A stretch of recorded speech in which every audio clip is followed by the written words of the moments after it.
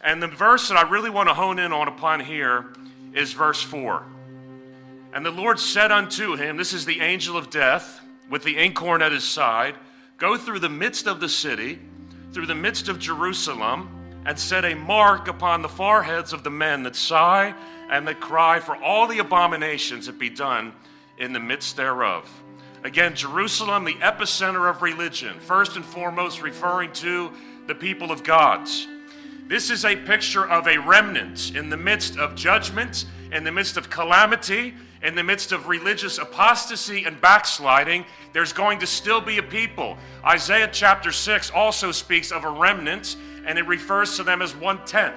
Now, does that mean there's always going to be 10%? We don't know. But Isaiah chapter 6 refers to the remnant as a 10th. No matter how dark it gets, God is always going to have his people. He has his people in North Korea right now. He has his people in Somalia right now. He has his people in Afghanistan, Libya, Yemen, and the darkest places on this earth. God, I promise you, has his people. He has them. He always is going to have a remnant. And even in the midst of this judgment, this horrible judgment that's coming from the north, that's where the angels come from, which symbolizes Babylon, who is ultimately going to judge. He says, set a mark upon their foreheads. Let's talk about this idea of a mark. God's people are being marked here. The righteous are being marked.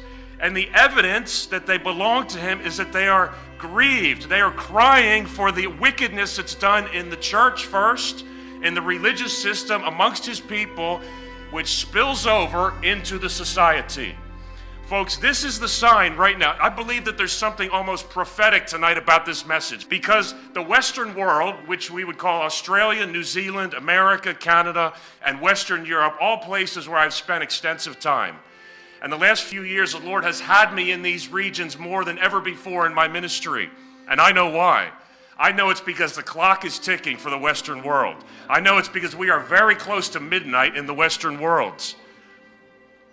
In Russia, where there's a huge war being enacted by the leader, in communist countries, in Muslim countries, the government is not encouraging 5-year-old children to switch their gender. That's not happening in Russia. That's not happening in the Muslim world. That's not happening in the communist world. That's happening in the West. That's happening in America. That's happening in England. That's happening in Australia. That's happening in Canada. It's my personal opinion that the West has become the most diabolical, sickest part of the planet. These leaders are incapable of thinking clearly. I believe they are under 2 Thessalonians chapter 2, strong delusion sent not by Satan, but by God.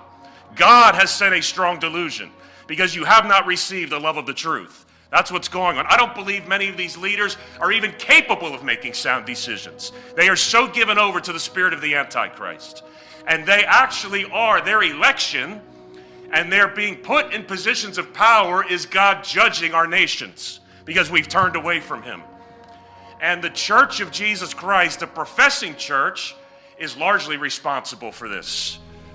Judgment starts at the house of God. That's what it says in the book of 1 Peter. And it says here, going on in this text, it says, first start at my sanctuary. That's what it says in Ezekiel chapter 9. That's where the judgment was to start first. So this idea of a mark being put upon those that sigh and cry, verse 4, for the abominations done in the midst of the city.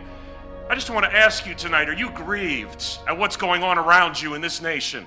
Are you grieved at this Pride Festival that just gets longer and longer in Sydney every year, it seems? And that now the Prime Minister would have the audacity to march in this thing and be proud of it and expect more people to side with him because of this.